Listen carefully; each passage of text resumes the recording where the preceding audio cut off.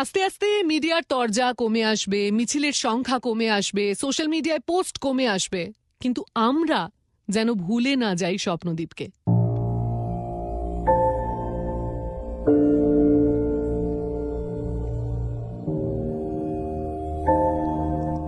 আমরা মানে যারা কথা বলতে পারি, কিন্তু কথা বলবার জন্যে যাদের প্রতিবার অন্তত একটা করে মৃত্যুর প্রয়োজন হয়, আমরা যেন ভুলে না যাই।